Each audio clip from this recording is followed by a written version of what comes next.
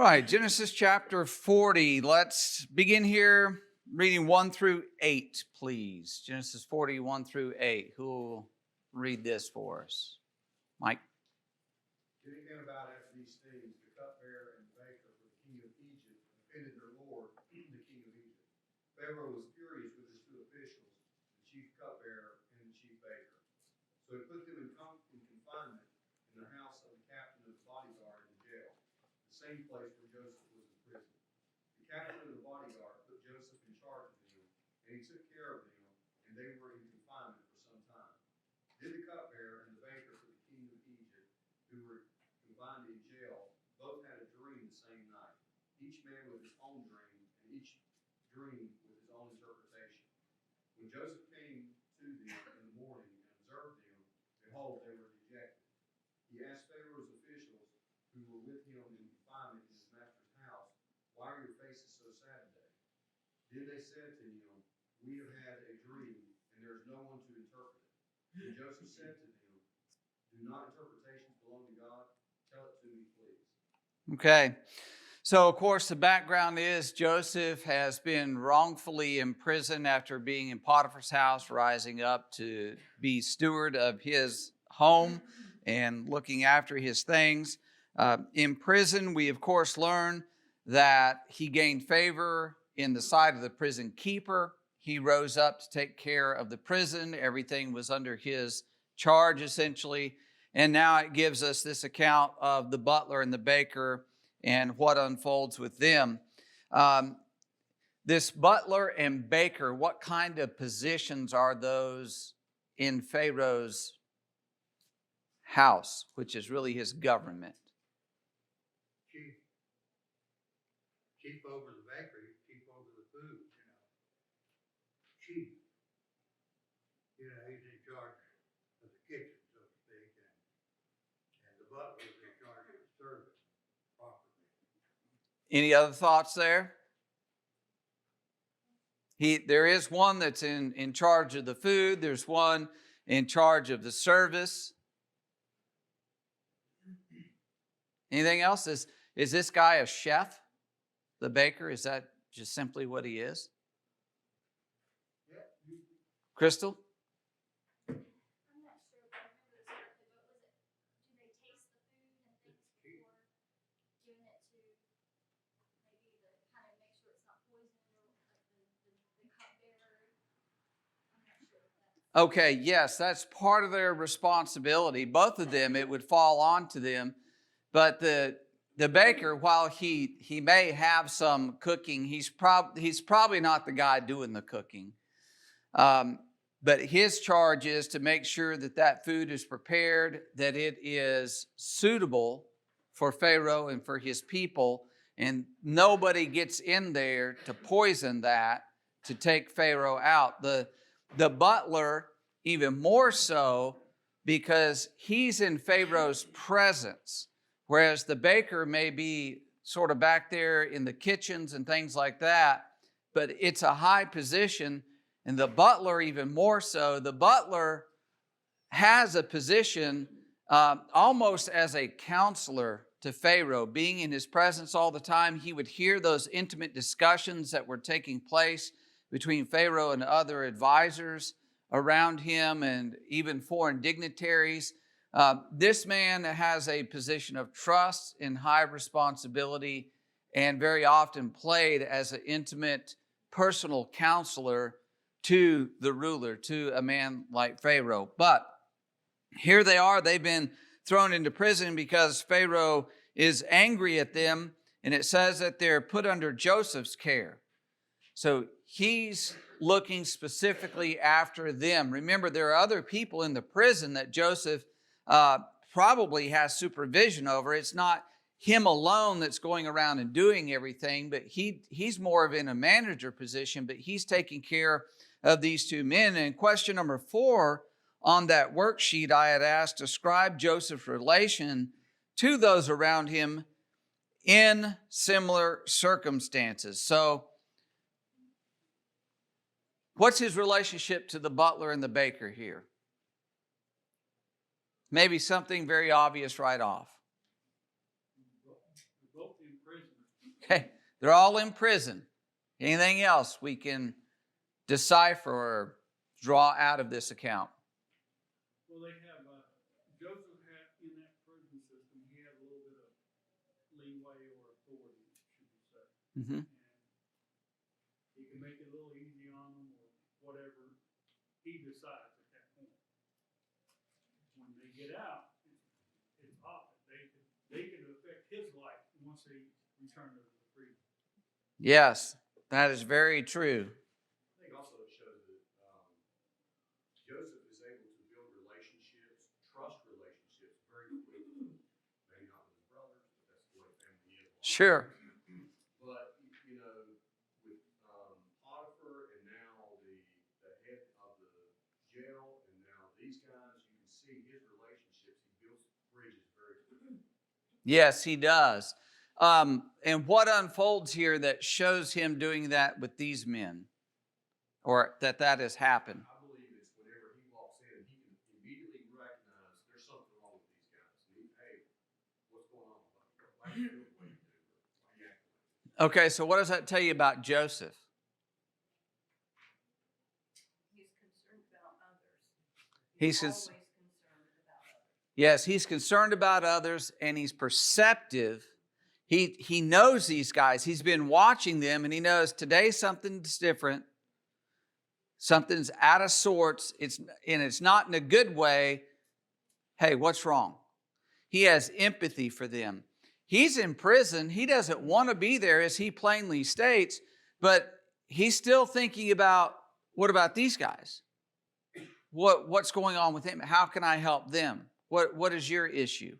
So yes, he's not cold and callous toward these men. And when they say, hey, we've had a dream, and it says down in verse 8, we've had a dream and there is no interpreter of it. Does anybody know what they're referring to there? Probably the magicians that Pharaoh tried to consult. Okay, if they weren't in prison, what would they do? They would go to these other guys, right? They wouldn't have to go necessarily to Pharaoh to go to one of these guys. They're all guys in his kingdom serving him. And just like in a company or in a government, you know, those who are peers within that system, whatever level they're at, they reach out to each other. They talk to each other. They spend time together. And so if they were on the outside, they could go to one of these guys or to several of them and say, hey, here's what we dreamed. What does that mean? But in prison, they're shut off. They're cut off from that. So the dreams have bothered them because they don't know exactly what it means, and it bothers them even more. There's nobody we can talk to explain what's going on and what these things mean. So Joseph, of course, steps in and he responds to that idea, there's no interpreter of it, with what thought? Verse 8.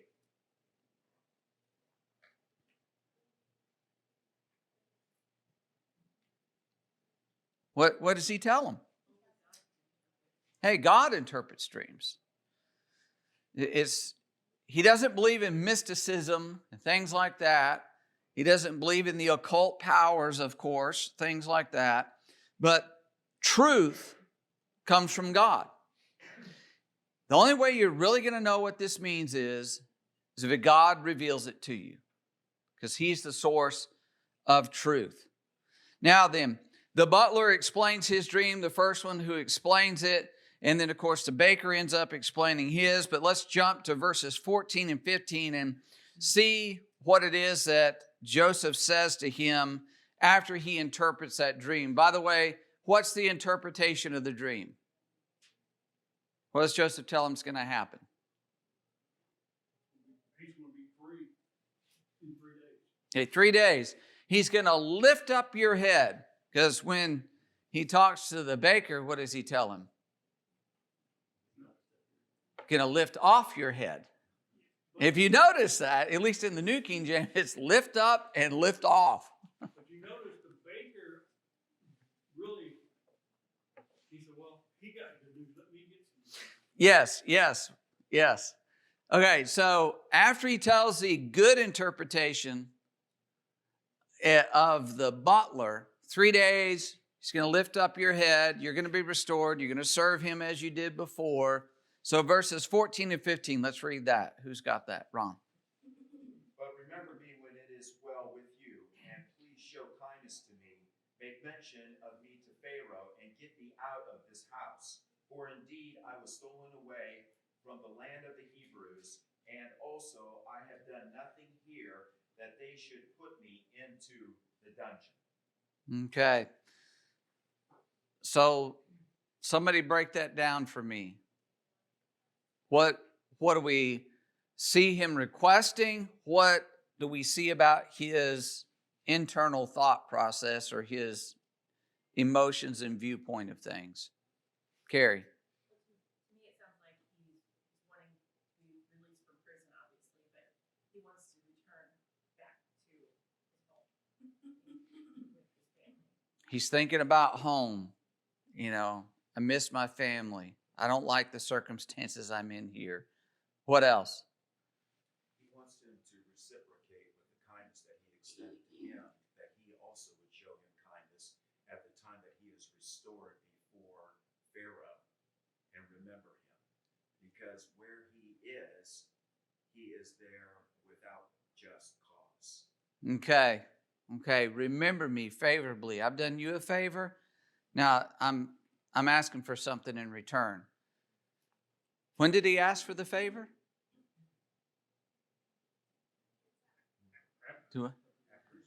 After. What would a modern politician do? Hey, before I give you an interpretation, here's what I want, and negotiate that out. But instead, he just says, okay, God's interpreter laid out. Here's what it means. Now, do me a favor, okay? You're going back. You're going to be before Pharaoh. Talk to him about me. Please, do something. Yeah, you can't call what, Dionne Warwick, without giving her money first or something? 1-800 number Dionne Warwick. Okay. Yeah, so he has the attitude, I'm going to serve you. And then he just asks for this simple favor. Just, you're going to be around him, talk to him. And when he says talk to him and he explains his own personal situation, as was mentioned a moment ago, you know, I'm thinking about my family. He's evidently thinking I'd really like to go back there. But what else does he say about what has happened to him? He's innocent. He proclaims his innocence. Okay, proclaims his innocence. That's regarding being in prison. I haven't done anything to be here. But something else that he said. Stolen. What sense does that give you? How did he view his whole situation? Yeah, it's complete injustice. What's his behavior been? Not bitterness, not a grudge, not angry at everybody. Had he been done wrong? Yeah, he had been done wrong big time. Twice now. And not in a small way, not insulting. It's not even like he lost a job or lost a promotion or, didn't get whatever he was wanting. He has been severely wronged. Slavery. And then imprisonment. And he recognized, though he can recognize, I've been wronged all the way around here. He's done a faithful job and faithful service in those circumstances. It speaks to his character. It informs us later about some of the things he does as well. So keep that in mind.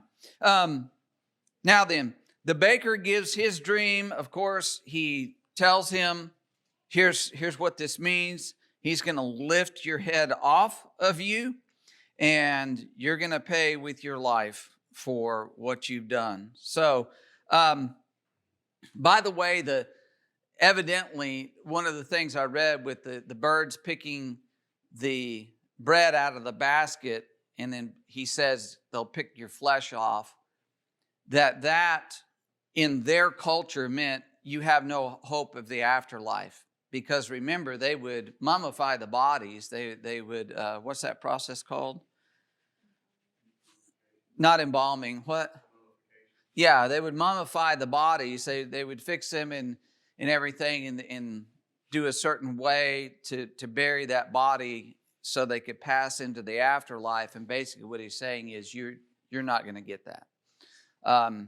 So it's negative all the way around. It impacted the baker more than I think we realize. It's more than just you're going to be executed. It's like you're eternally damned for what you have done, or that's what's going to be the result here. But anyways, so you see the fulfillment unfold in, let's read verses 20 down to 23, please. Who will read that for us? 20 to 23. Philip. And it came to pass on the third day, which was Pharaoh's birthday, that he made a feast of all his servants. And he lifted up the head of the chief butler and of the chief baker among his servants. Then he restored the chief butler to his butlership again, and placed the cup in Pharaoh's hand. But he hanged the chief baker, as Joseph had interpreted to them. Yet the chief butler did not remember Joseph, but forgot him. Okay. So it says it came to pass the third day, exactly as he said, Pharaoh's birthday. Now, just from what I understand, this could be Pharaoh's actual birthday, like we think of birthdays, but is probably what they would consider his spiritual birthday or rebirth. In other words, the day of his ascension to the throne. They would celebrate that. Just like, I guess the closest example for us is in England, usually when a monarch ascends to the throne, they pick a regal name, and it's sort of a rebirth. They're considered to be, they receive anointing from God and things like that, and so they're kind of this different person. And that would kind of be like what would happen with the Pharaoh when that person is raised up to that position. They take on a new persona, if you will. And so that would be celebrated annually. Now, with that, it would be a festive occasion. He would grant pardons to certain people. He would be generous, of course. And so as that unfolds, it talks about he puts that butler back into his place again, but then he takes the baker, and in the New King James it says hanged. Does somebody else have a different word for that? And basically what that means is impaled. It's not hanged like we think of a hangman's noose. It's hanged. It's like he's put on a stake. They kill him and they stick him on a stake. And that's where the birds would come then and pick his flesh off of him. But be that as it may, the story winds up with what at the end there? Yeah, he's forgotten, right? 3 days later, the guy doesn't even think about him. In a sense, we can kind of understand. It's kind of a heady time. He's fearing for his life while he's sitting in prison. Then he hears, hey, I'm going to be restored. He gets out, he gets restored. It's all these festivities are going on, and he just forgets about it. He forgets about him, as we're going to learn, 2 years, 2 full years. Doesn't even think. But you know what? I'll save that. I'll save that in just a second. Say, question number 5, and this was just a thought question. How might the interpretation and fulfillment of the dreams have encouraged Joseph in spite of being forgotten? Any thoughts on that? Nancy, then Mike. For one thing, it would be an encouragement to him that God was still with him and helping him. And also that guiding his situation. So it was a hopeful, to me, it would be a hopeful thing. And also a kind of a lesser thing, but a confirmation that these dreams that he's had, God has given him the meanings of things, even though he didn't necessarily know when his brothers were going to bow down to him how that was going to happen. But the fact that he can interpret these because God is telling him me, it just reinforces all of that, that God is, those dreams haven't come true, but those dreams will come true, and these dreams are hopeful.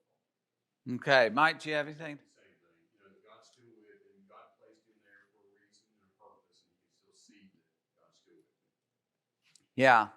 Yeah, that to me is one of the biggest things. God's still with him, as it talked about. The Lord was with him in Potiphar's house. The Lord was with him in prison, and he's still with him. And that him having this understanding and knowing that this understanding of these dreams comes from God and his original dreams, well, there's hope for the future because those are going to come about. No idea how, but somehow it's going to come about. All right, let's get into chapter 41, and let's read verses 1 through 8 to begin with. Genesis 41, 1 through 8. Who will grab that? John? And after 2 whole years, Pharaoh dreamed that he was standing by the Nile, and behold, there came out of the Nile 7 cows attractive and plump, and they fed in the reed grass.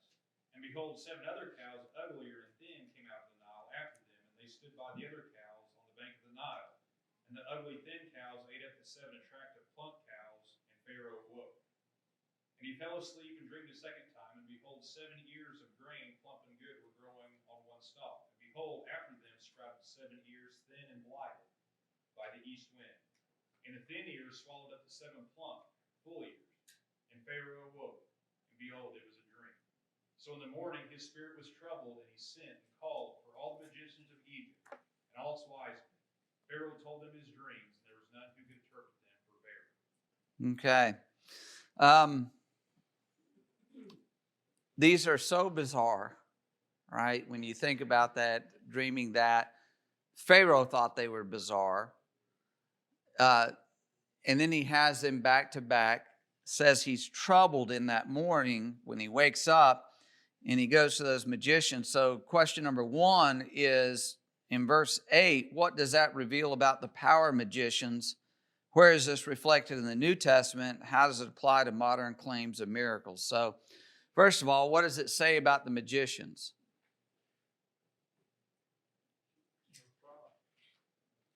Yeah, they're frauds. They have no clue what they're talking about, right? Where do we see it echoed in the New Testament? Anywhere? Okay, Simon the sorcerer. Remember Acts chapter 8? What happened in Acts 8 when Philip went to Samaria? What's that? Well, later on, but what about relative to him being a sorcerer? Later he did, yes. Well, it was obvious to him that what the apostles were doing was different than what he did. There's a difference. When Philip came working those miracles, he saw that and he knew that's real. What he had been doing, how did the people feel about Simon? Do you remember what it says there in Acts 8? They followed him. They thought he was a great power of God, but he was using tricks.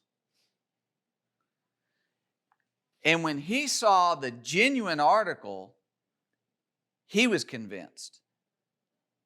So he knew what Philip was saying was a message from God, and he accepted that, he believed it, and he was baptized. Then he fell into, oh, hey, I want this power too. When the apostles came, hey, give me that power that I can do this.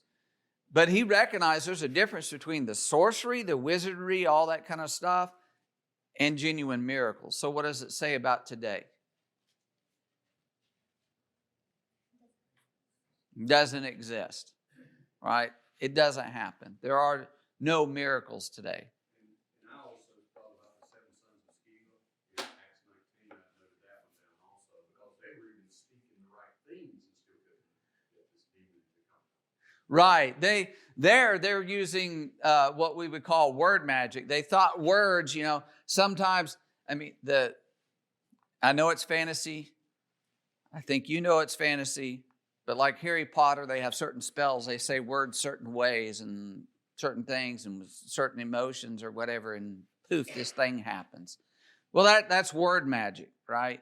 That's what those 7 sons of Sceva thought. Well, it's just words. It's the power of the words. Well, it wasn't the power of the words.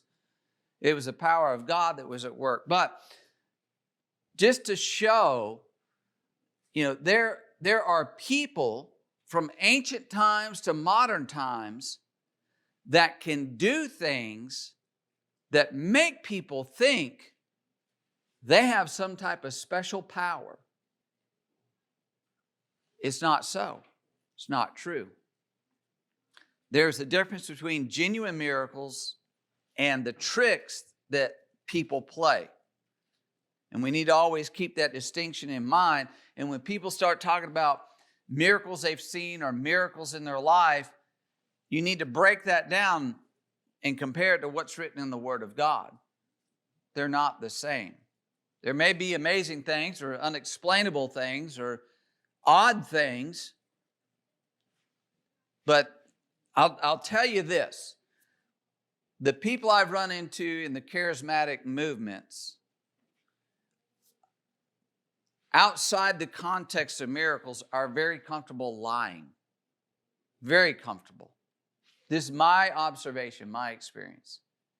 And I think that is because they're willing to lie to themselves and to others, saying that they've seen, witnessed, or experienced miracles. It doesn't happen. John. As Christians, followers of God, we need to understand that God is the only one that can tell the future. Nobody else can. No fortune teller, no person. There's nothing that can.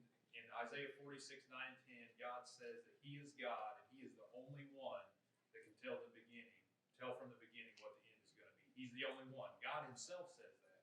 And we never want to believe that anybody ever has the ability to do that. And it's very dangerous if we would ever give somebody the indication or wonder or question, well, maybe, there's no maybe. God is the only one. We need to teach that and believe it. Right. Exactly right. And there's a couple of different accounts through the Bible of where advisors, counselors, magicians, soothsayers, or whatever it is, will tell someone in power, hey, here's what's going to happen. And the prophet of God says, no, it's going to be just the opposite. And the prophet of God has proven true. These other people are trying to tell the future and they can't, but the one who's receiving word from God, it turns out they're right. As John's saying, only God can do that, and we need to keep that very clear in our minds. All right, anything else down through 8? One of the things that we need to realize about Joseph is for 13 years, nothing has gone his way. Am I going to get ahead of you? No, I'm glad you're going there because I wanted to point that out real quick. Go ahead. Well, nothing has gone his way, but he has remained faithful, he's remained steadfast, and he continues to believe that God is on his side. Now, with these trials and tribulations that he's going through, he learns how to run a household. He learns how to run a prison, preparing him to getting ready to learn how to run a nation. So he's using the trials and the temptations, the tribulations that he's going through to draw him closer to God, but also he's using what he has to his benefit. So he's making he's doing the best he can with what he's got. But he's rewarded for it. And he's staying positive because he believes God is on his side, even though very easily he could just give up and complain. Yes, he could. If I was in this situation, I'll admit I think it'd be hard. This sitting right. But then at the end of 40, what we mentioned a while ago, but he forgot him. 2 full years, not in the second year, 2 full years pass by before these events unfold. But you know what? Those 2 full years had to pass by. They had to. There's a reason for it. God wanted him to stay in that prison for another 2 years. What would have happened if Joseph had gotten his way with the butler and said, hey, in 3 days, go to Pharaoh, tell him about me, spring me? Carrie?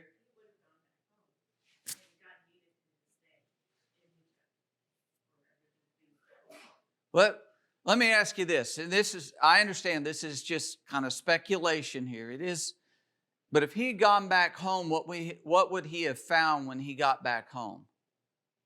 Same old. Well, I think the brothers, because now granted, it's going to be fast forward 9 years, but those brothers have kept up that lie. Who knows how Joseph appearing one day just would have blown everything to smithereens as he showed up, and all of a sudden the lie comes to light and they're all there, and just who knows? Because God's not just working on Joseph. God's working on Simeon and Reuben and Levi and all the rest of those guys. He's working on all of them. And so Joseph being here in prison, he needed to be there another 2 years to set up what's about to unfold, what we're reading about here. And he couldn't see that when he saw that butler walk out that prison door. And then he waited 1 day, 2 days, 1 week, 2 weeks, 1 month, 2 months, and 2 years later, all of a sudden this happens. He couldn't see that. All right, any other thoughts? Let's read verses 9 to 14, please. Who will grab Genesis 41, 9 to 14? Charles, you want that? And then the chief butler spoke to Pharaoh, saying, I remember my faults this day. When Pharaoh was angry with his servants and put me in custody in the house of the captain of the guard, both me and the chief baker.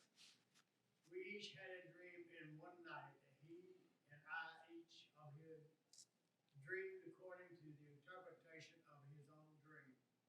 Now there was a young Hebrew man with us there, a servant of the captain of the guard, and we told him, and he interpreted our dreams for us. To each man he interpreted according to his own dream. And it came to pass, just as he interpreted for us, so it happened. He restored me to my office, and he hanged him. Then Pharaoh sent and called Joseph, and they brought him quickly out of the dungeon, and he shaved, changed his clothing, and came to Pharaoh. Okay. So, how would you describe this here? If in 40 verse 23, it says the chief butler did not remember Joseph but forgot him, what's happening here?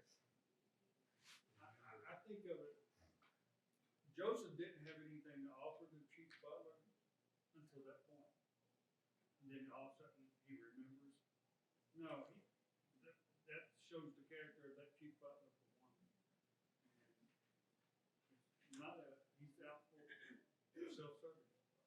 Mike? I don't know, because whenever he mentions, I'd like to talk to you about that time, that dark period between our relationship that you're going through in the dungeon.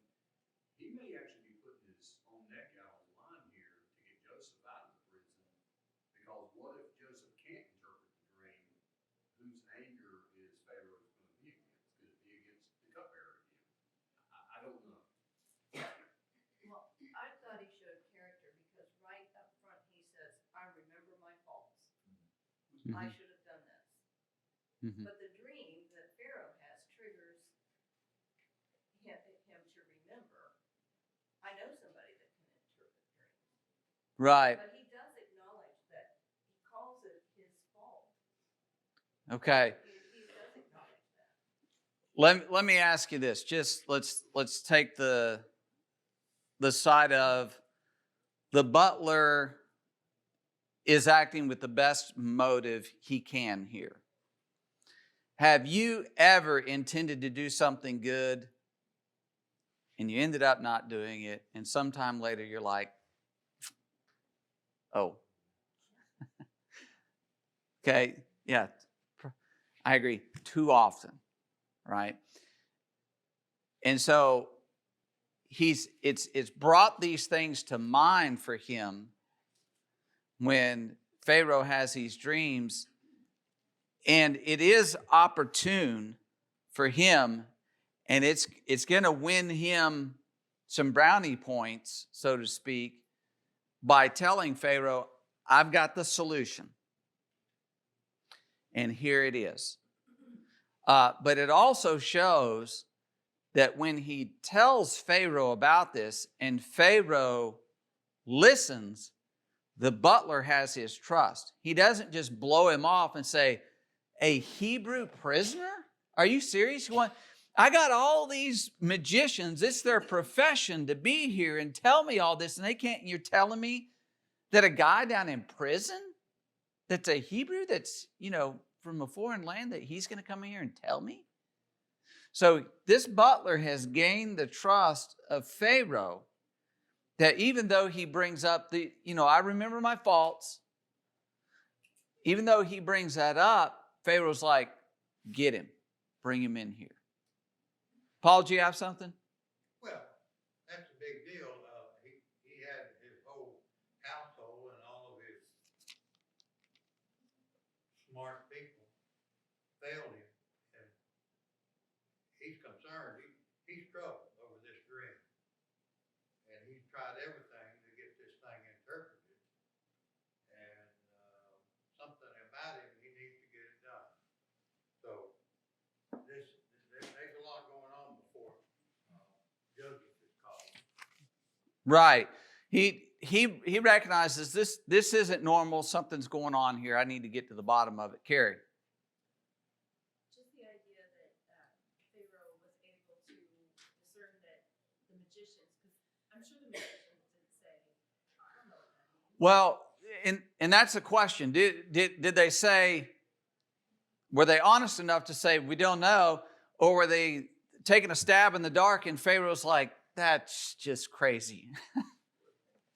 Yeah. He was able to recognize that whatever interpretations they came up with was not what the dream actually meant. I need to know for sure what this is. It could be that, the cupbearer recognized that also, and what Joseph had done is far different than what these guys He had an experience and a background with, because not only his, but he saw the bakers come true too. He was witness to all of that. I think it's not far-fetched to think through the providence of God. God could have, made them think we don't know, or whatever, to that point, though. It wasn't found that they said anything. Yeah, it leaves that unsaid. Mike? That's why I like Nebuchadnezzar's test better on the dream than that. You tell me the dream. You tell me the dream. Yeah, that really put it on them there. Exactly right. All right, let's read verses 15 and 16, please. Let's see this first interview. Genesis 41, 15, 16. Ron. Then Pharaoh sent and called Joseph, and they brought him quickly out of the dungeon, and he shaved, 15, 16, yes, sir. Yeah, and Pharaoh said to Joseph, I had a dream, and there is no one who can interpret it. But I have heard it said of you that you can understand a dream to interpret it. So Joseph answered Pharaoh, saying, it is not in me. God will give Pharaoh an answer of peace. Okay, so when Pharaoh calls him, I understand you can do this. And I think it speaks to Joseph again, like, no, it's not me. I can't do it. God does it. I'm not the one. Because you could imagine him getting carried away with interpreting a dream, and here I am in front of Pharaoh. Yes, I can do that. I can do that. But he doesn't. He continues to attribute it to the Lord. It tells you he still has a relationship with, a respect for, a reverence for Almighty God. That relationship is steadfast with Joseph, between Joseph and God. And so then Pharaoh recounts his dream. There's just very slight little differences from the original, so we're not going to read that. But let's read verses 25 down to 32, where Joseph gives that interpretation. So 41 verses 25 to 32. Who's got that? John. Then Joseph said to Pharaoh, the dreams of Pharaoh are one. God has revealed to Pharaoh that what he's about to do. The 7 good cows are 7 years, and 7 good years are 7 years. The dreams are one. the 7 lean and the ugly cows that came up after them are 7 years, and the 7 empty years blighted by the east wind are also 7 years of famine. It is as I told Pharaoh. God has shown to Pharaoh what he's about to do. There will come 7 years of great plenty throughout all the land of Egypt, but after them there will arise 7 years of famine, and all the plenty will be forgotten in the land of Egypt. The famine will consume the land, and plenty will be unknown in the land by reason of the famine that will follow, for it will be very severe. And the doubling of Pharaoh's dream means that the thing is fixed by God, and God will shortly bring it about. Okay. One of the interesting things, if you back up all the way to Joseph's dreams, he had 2 dreams to start with. There's 2 dreams of the butler and baker between the 2 of them. There's 2 dreams of Pharaoh here. And it's just interesting how that sort of bounces through this. But it's a surety, sort of like by the mouth of 2 or 3 witnesses, a thing is established almost. But he gives that interpretation, 7 years of plenty, 7 years of famine. And so that's definitely going to come to pass. Pharaoh hears that, and then we're going to read the advice here in a second, but Pharaoh hears that, and it helps him understand. Let me ask you something. Are bountiful crops and famines supernatural or natural events? They're natural events. I mean, we have these times of plenty, and then we have times of, dearth, if you will. But there's natural cycles that occur. Okay. And just like in the Minor Prophets, reading about like locust plague. Well, locust plagues are natural events. When you get to rain, with Elijah and Mount Carmel and all of that, rain is a natural event. Droughts are natural events. So this is a natural event, but in God's providence in this world, He's bringing these things about for a very specific reason. It's not as though this is supernatural, because supernatural is a suspension of natural laws. Now, if there were bountiful crops during a famine, that would be a different thing. But it's following the natural order of events. Trent. Say. Okay, the when is unknown, and here he's bringing this about for a very specific purpose and cause, as we read or mentioned just a moment ago. Let's read verses 33 to 36 where he gives the advice. So Genesis 41, 33 to 36. Who's got that?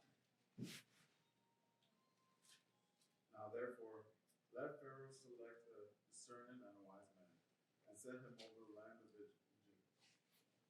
Let Pharaoh do this, and let him appoint officers over the land to collect 1/5 of the produce of the land of Egypt in the 70th years.